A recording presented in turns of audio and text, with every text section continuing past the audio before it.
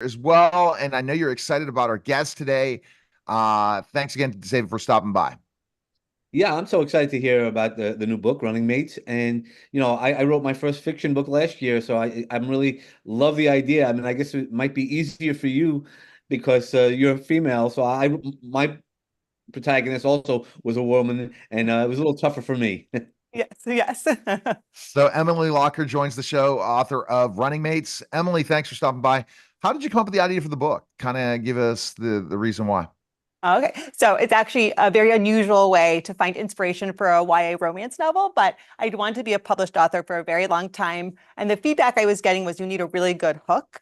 And so I found this hook in a very unusual place, which was when I was moving back to Washington, D.C. with my husband and two small kids in my son's nursery school class. Of a class of just 15 kids, we had Mike Pence's old speechwriter and President Obama's old speechwriter in the same class. And Hmm. at first I was like, how is this going to work?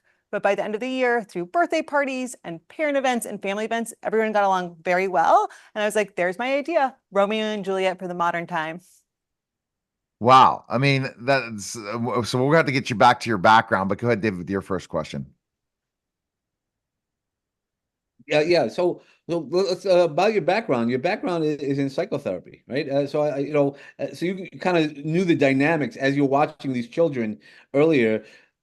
How does that happen and then turn into a book? So I actually think psychotherapy and writing are more connected than people think, right? Because in psychotherapy, we have to hear our patients' internal worlds, right? Which makes creating a character so much more dynamic because usually we just hear kind of what people say to us, and that can be, their social self. But in the therapy room, we hear all their anxieties, all their fears. So that's great for, building character. And also just that I think in therapy, we think about what grounds us, what gives us mental peace. And often that is something like a romance novel or a romantic comedy, what allows us to escape and kind of break from our thoughts, heavier thoughts of the day. Um, so I think that's kind of I've always loved human nature, and I've always loved writing and romantic comedies, and I found a way to combine them all, which was really so much fun. And I think that when you think about specifically a romantic comedy as a book, that's different, right? I mean, I don't know how many of them are out there that you add those two components, right? And we know romance novels are really popular, but this is a little different.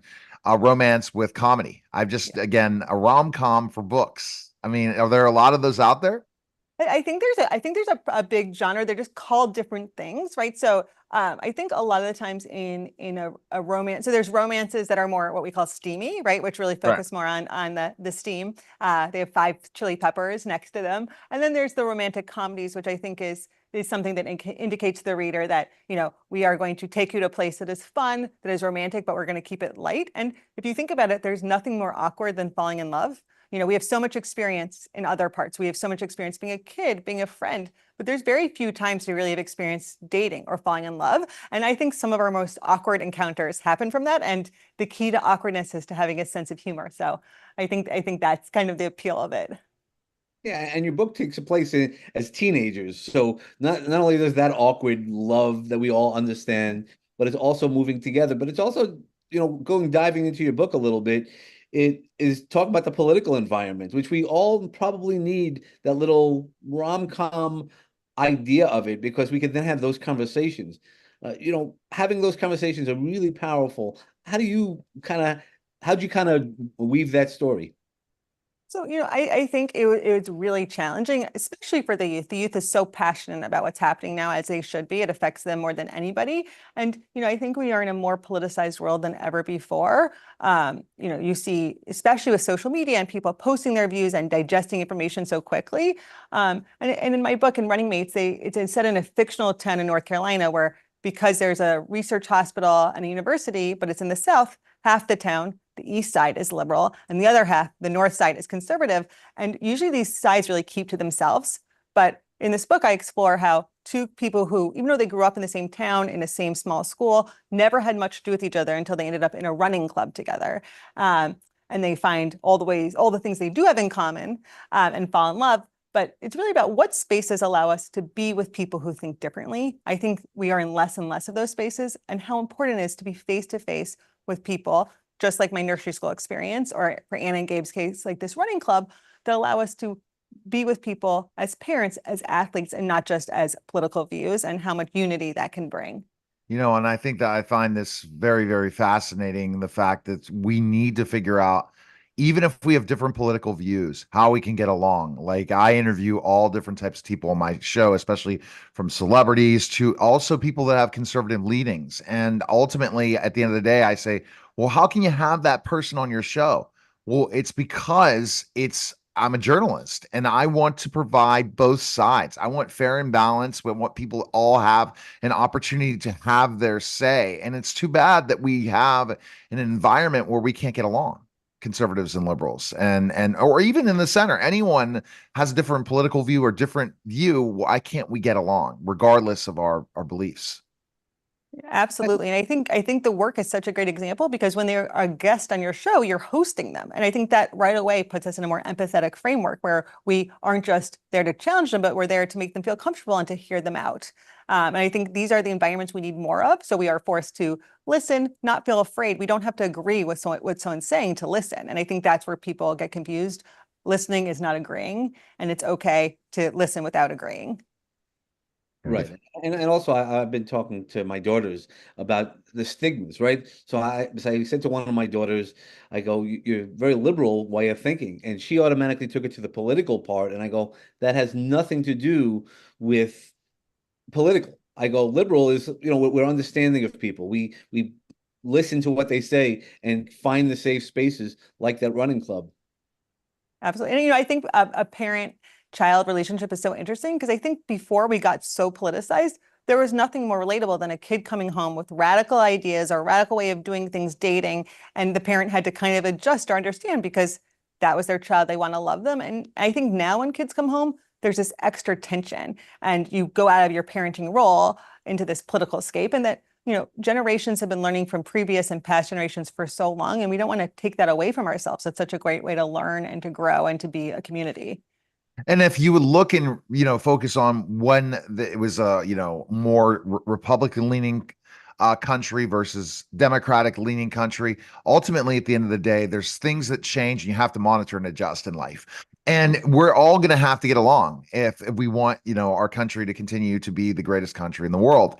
And that's the biggest thing I think that this book shows, is that, guess what? Just because you have different ideas doesn't mean we can't be friends or romantic. That would be an interesting thing. I think that you're with your book that you kind of go back and jump into how many people are out there that are conservatives and liberals that are dating each other, and how many of them are able to keep politics out of it. Sports, it's easy for them, right? Especially if it's a big rivalry like Michigan State, Michigan, or Alabama, Auburn, or all these big college football or basketball rivalries. But why can't we do this with political? And why can't we say, just because we have these belief system, there might be just something really chemistry that could have a great relationship? Well, it's so funny you're saying that because one of my close friends in DC, she actually met her husband there at what we call an across the aisle romance, which is like Ann and Gabe, one's conservative, one's Democrat, and they met on the Hill. And she was saying before we got so politicized, what used to happen is you would argue all day, then you'd go get a beer, you'd be on the same sports team, and that's how her and her husband fell in love. And the next day you'd come back to the table and it'd be much easier to negotiate. But in today's world, she was saying, you don't do that. There's no shared drinks. There's no shared sports team. It's totally divided. And so, you're taking away that after work piece that allowed people to come together because it's so hostile. And who knows how many romances could have happened that have not because of that. Yeah, well, I think that's where your book comes in really as a lesson for all of us, not only for the teenagers, is finding those commonalities, playing on a sports team, joining a book club, and things like that is where we can find the commonalities. That's what we used to do. I mean, back, no matter when you go back politically, that's what they used to do is go back, on TV, they're fighting, but when they go home, they're sharing apartments. The politicians are really putting everything together. It wasn't a you versus us, them, and it was an us, and figuring out really what has to get done. And that's really the power of relationships as well as the political part. Absolutely. All right. Well, the best place people can purchase your book, where can they go? Well, I always love when people go to their local independent bookstores. But you can get it there. You can get it at Barnes and Noble, on Amazon, wherever you want to get it. I'd love if you checked it out. It is at heart a romantic comedy, a great summer read, and I always check my DMs. So if anyone has any questions, they can shoot me a message on Instagram too. Well, fantastic. And like I said, I never would have thought this is the perfect timing. Because now we really are getting everyone involved in the politics right now. Perfect timing Yes. with the change of running, who's running Yeah, against yeah. former President Trump. That will change it because a lot of young people are talking about politics now. So this time they got to pick up the book and read it Yes. to understand there's a history towards all this. Yes. And you can kind of tell it based on the story. So thanks again, Emily. Thank you so much, Neil and David. It was so great speaking with you. All right, take care. You're listening.